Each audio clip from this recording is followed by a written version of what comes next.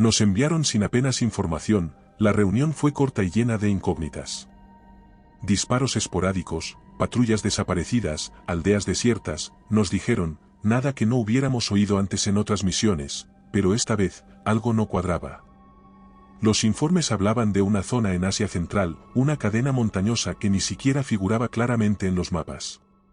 Sin embargo, la palabra desapariciones comenzó a resonar en nuestra mente, junto con las de los aldeanos locales que mencionaban una leyenda ancestral, el eco.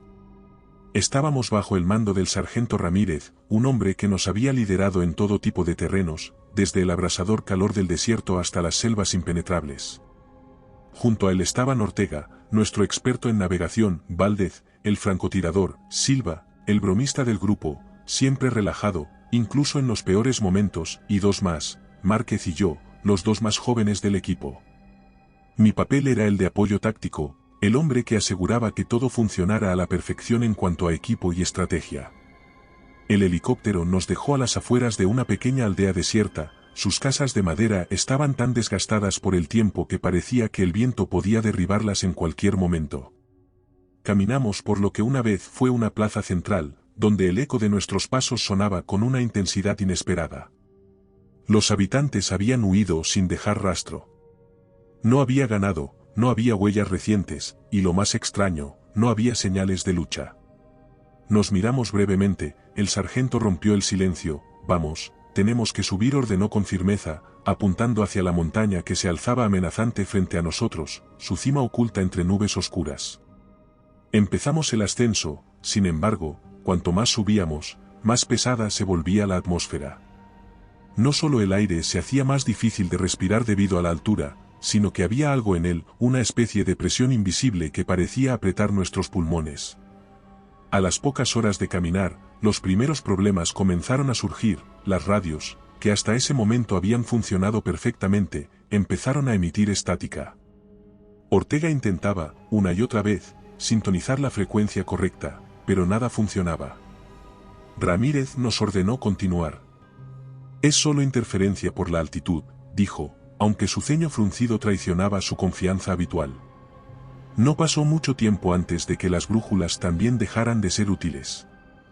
El pequeño dispositivo en las manos del experto giraba descontrolado, incapaz de fijar el norte.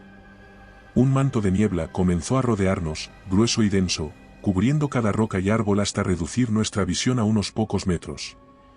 Era como si la montaña nos estuviera tragando poco a poco, envolviéndonos en una cortina de incertidumbre. Seguimos caminando durante horas, el sol se desvaneció completamente tras las nubes. Sabíamos que la noche no tardaría en caer, y Ramírez finalmente dio la orden de acampar. Estábamos agotados, pero en silencio. Nadie quiso mencionar el hecho de que nos habíamos desviado mucho del camino original sin saberlo. Un frío anómalo comenzó a descender sobre nosotros, un frío que no parecía natural. La niebla se arrastraba entre los árboles, cubriendo todo con un manto opaco. Fue entonces cuando lo escuchamos por primera vez. Al principio, lo atribuimos a la brisa que susurraba entre las ramas, pero a medida que los minutos pasaban, nos dimos cuenta de que no era el viento. Era algo más, un murmullo, palabras. Y lo más inquietante, esas palabras no eran ajenas, eran fragmentos de conversaciones que habíamos tenido horas antes, palabras dichas al pie de la montaña, ahora se repetían a través de la niebla. Como si algo las hubiera escuchado, grabado, y ahora las estuviera devolviendo, pero había algo tan exacto en cómo se reproducían, como un eco antinatural. Ramírez intentó calmar la situación. Es solo la montaña, el viento puede hacer esas cosas, relájense y descansen. Pero todos sabíamos que no era verdad, el viento no repite tus palabras con esa precisión. Esa noche fue imposible dormir. Nos turnamos para hacer guardia, pero nadie se sintió seguro, ni siquiera cuando las armas descansaban firmes en nuestras manos. El sonido de nuestros propios susurros seguía acechando en la oscuridad. A la mañana siguiente, cuando despertamos, Silva ya no estaba, su saco de dormir estaba vacío, aún caliente al tacto, su mochila, sus botas, todo seguía en su sitio, pero él no. Desapareció sin dejar rastro, sin signos de lucha, sin una señal de que hubiera salido del campamento. Revisamos la zona alrededor del campamento, no había pisadas, ni huellas, ni siquiera la sensación de que algo se hubiera movido. El silencio que siguió a su desaparición fue ensordecedor. Sabíamos que algo nos estaba acechando, pero no sabíamos qué. Ortega maldecía mientras intentaba arreglar la brújula. Valdez no dejaba de mirar a su alrededor como si esperara que en cualquier momento algo saltara de entre los árboles, y Ramírez solo observaba, como si estuviera tratando de encontrar una lógica en lo imposible. Yo no podía dejar de pensar en esos susurros. ¿Cómo podía algo imitar nuestras voces?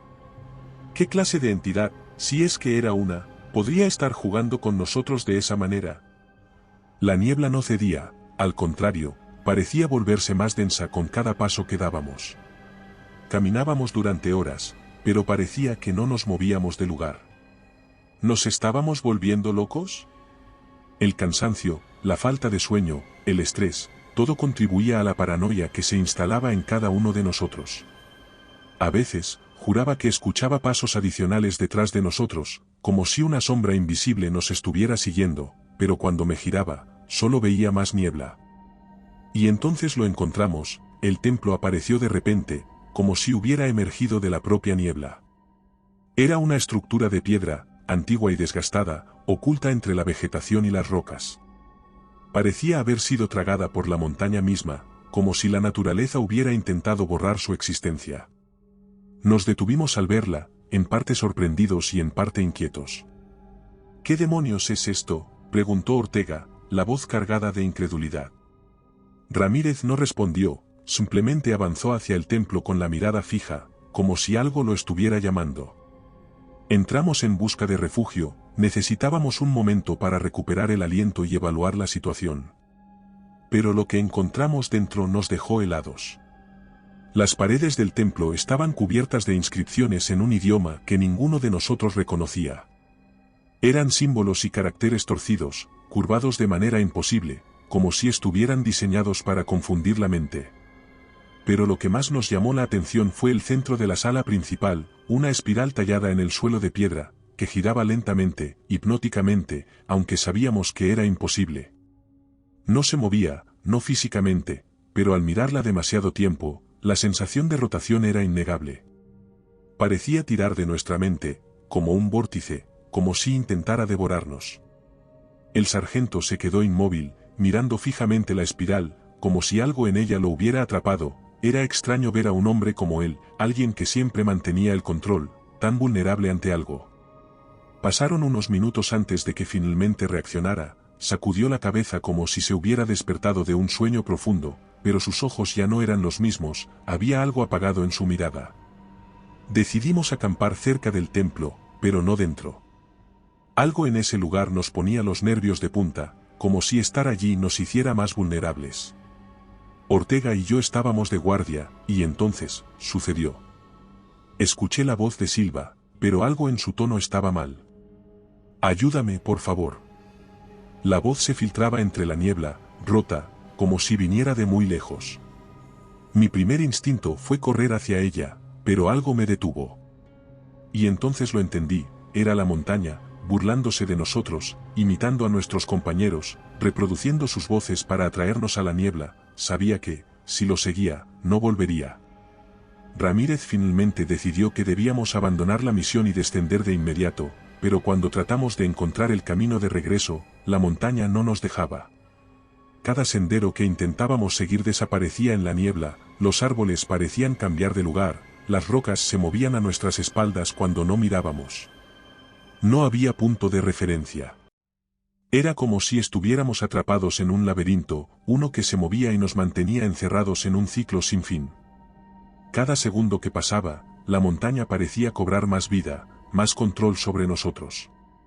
Sentíamos que nos estaba cazando, pero no como una bestia hambrienta, sino como un cazador que disfruta prolongando la agonía de su presa. Los susurros continuaban, los ecos de nuestras voces cada vez más claros, más cercanos.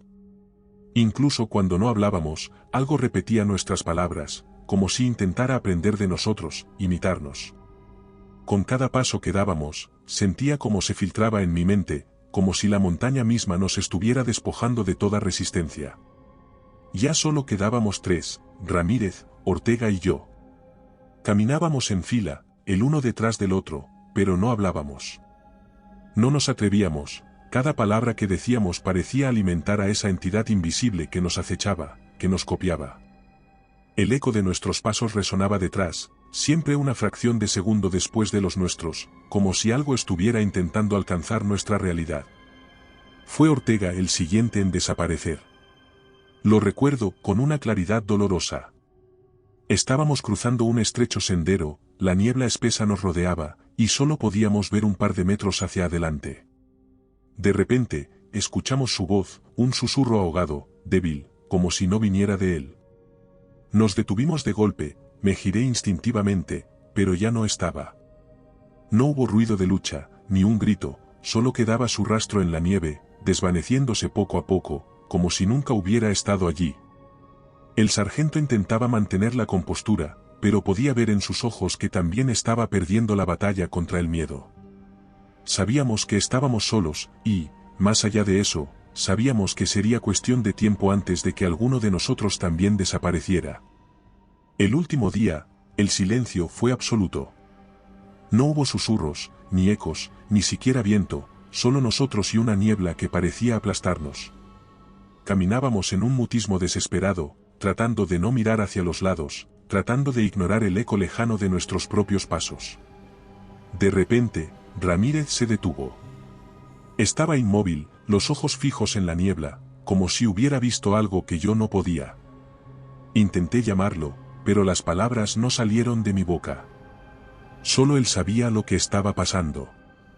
Giró lentamente hacia mí, sus labios apenas moviéndose mientras susurraba, «Escucha». Forcé mis oídos, y entonces lo oí, a lo lejos, en la niebla, escuché nuestras voces.